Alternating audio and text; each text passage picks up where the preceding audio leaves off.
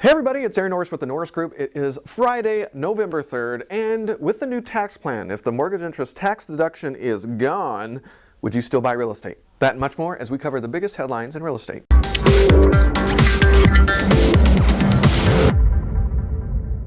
Don't miss the radio show and podcast this week. We only have 2 more sessions that we're going to be airing on the radio. If you want to watch the entire thing, you can go to isurviverealestate.com under the video tab and watch it uninterrupted.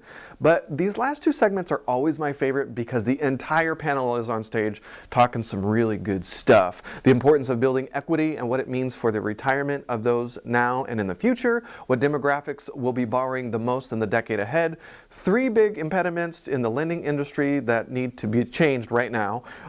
If the next downturn is going to be mild or harsh, and the possible tax law changes coming, some of which we're just seeing this week, and we'll talk about in a second.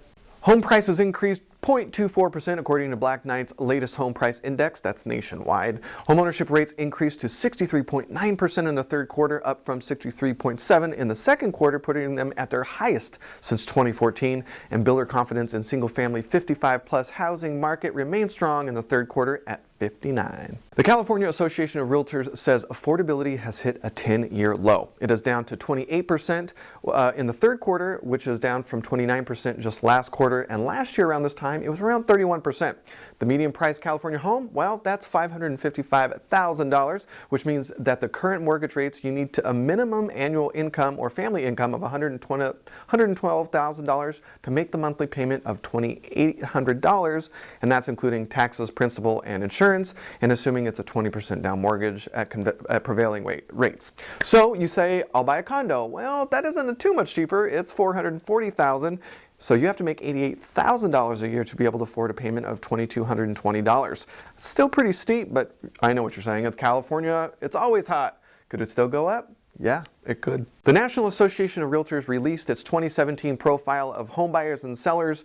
And of course, one of the main themes is there's a severe case of housing supply shortage. It's an ongoing theme, and it's only probably going to get worse. First-time home buyers only made up 34% of buyers, down from 35% just last year. Other key findings in the report show that it was easier to get a mortgage. Home ownership tenure is at an all-time high. People are staying in their home longer. 85% of buyers are choosing single-family homes in the suburbs. There's a decrease in down payments for first-time buyers.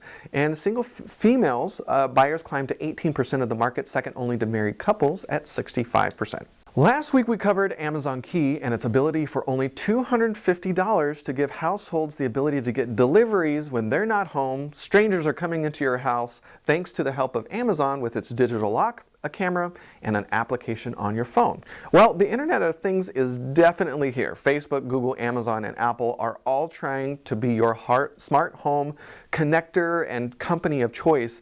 But is there innovation being kept up with regulation and security? Well, some are betting that the blockchain could solve a lot of these problems. If you've been following this channel for a while, you probably know I'm a huge blockchain fan, but cryptocurrency, I'm just not sold yet. I'm just not doing it. I'm sorry. When governments can just say, yeah, we don't like that anymore, I'm just not so excited about cryptocurrency. Anyway, what makes blockchain special is it's decentralized and highly secure. So in the case of smart homes, your smart devices are typically connected to the phone and your wireless router. There's very few points of entry, and if one of those get hacked, anything can be hacked. The best way I could describe blockchain applications to the internet smart home devices is that every smart device has a highly secured identity, and there's no one device that's controlling connections and authentication. So everything's decentralized, and for a hacker to bust into your home, it would have to be able to break all the devices at one time. With blockchain technology, a potential hacker is just going to have a much harder time breaking into your home, and different companies are working on this, and we'll probably see it roll out sometime next year, and it's very exciting. Amazon has officially received all the bids for its second headquarters, and for one lucky city, why would they spend so much time and energy trying to land this thing? Well, let's talk a little bit about what they could expect on rent and price increases in the housing market because of the headquarters. Seattle is home to the current Amazon headquarters, of course, and it's largely responsible for the South Lake Union jobs boom. By the way, that's the name of the neighborhood it's in, not the actual labor union, just want to clarify. Zillow shared this week that HQ1, or Amazon's headquarters in South Union, has equated to about a 1 penny on average per square foot rent increase per month. So that's about $5 per month from 2011 to 2015 compared to Seattle Metro overall, which is about 5 cents per square foot for the entire year.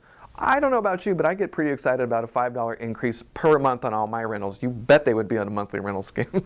I'm just messing with you, but that's a big increase, and no wonder why so many cities are so excited. Besides all the amenities that come with it with the surrounding areas, no wonder everyone's so excited about landing Headquarter 2. CoreLogic and the Urban Institute recently held their Housing Finance, Affordability, and Supply in the Digital Age Conference. Well, once again, the mortgage industry was at the table. Experts said mortgage servicing is ripe for disruption because we spent way too much time figuring out how to get the origination right, from different ways of looking at FICO score to appraisal-free mortgages. A lot has changed on the origination end, but not on servicing.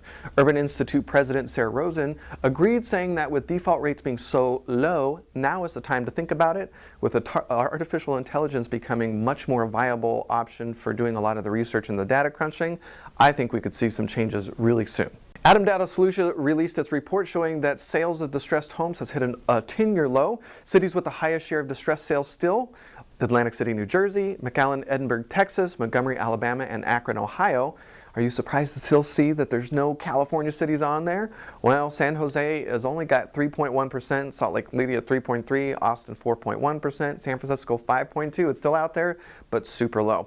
The report says that 66% of local markets' medium sales price has hit pre-recession peaks. So you know what? We've got interest rates low that were almost half of what they were at the peak. So could prices go up? Heck yeah. In some of these markets, they're going to continue to do so. So Trump and the Republicans released their tax plan, and with all the scuttlebutt about the new tax plan, all the different segments of the real estate industry are chiming in, including the National Association of Realtors, the Home Builders Association.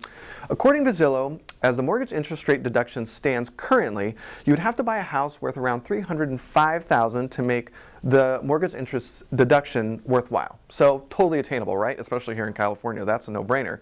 But in the new plan, doubling the standard deduction and not being able to deduct state and local taxes means you have to buy a home worth something around $801,000. That equates to only around 5% of U.S. homes. So as of today, 29% of all U.S. homes are valuable enough to make the mortgage interest deduction worthwhile for tax filers. In direct contrast to the proposed new tax law, only 5%.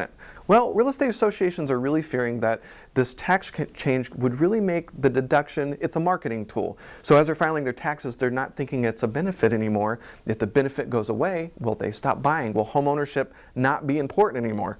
What do you think? If you're on YouTube, please leave a comment below, and don't forget to like the video and subscribe to the channel so you don't miss a beat. If you're on Facebook, please don't forget to not only like the Norris Group page, but don't forget to add us to your See First list and with notifications on. Leave your comments below the video, and if we miss something, share the story on our comment sections on either YouTube or Facebook, and we'll make sure to include it on our blog at thenorrisgroup.com/blog. We are definitely winding down the year. We only have one talk this year, and it's me, November 13th, doing technology trends and their effects on real estate. You can find our entire schedule on thenorrisgroup.com under events.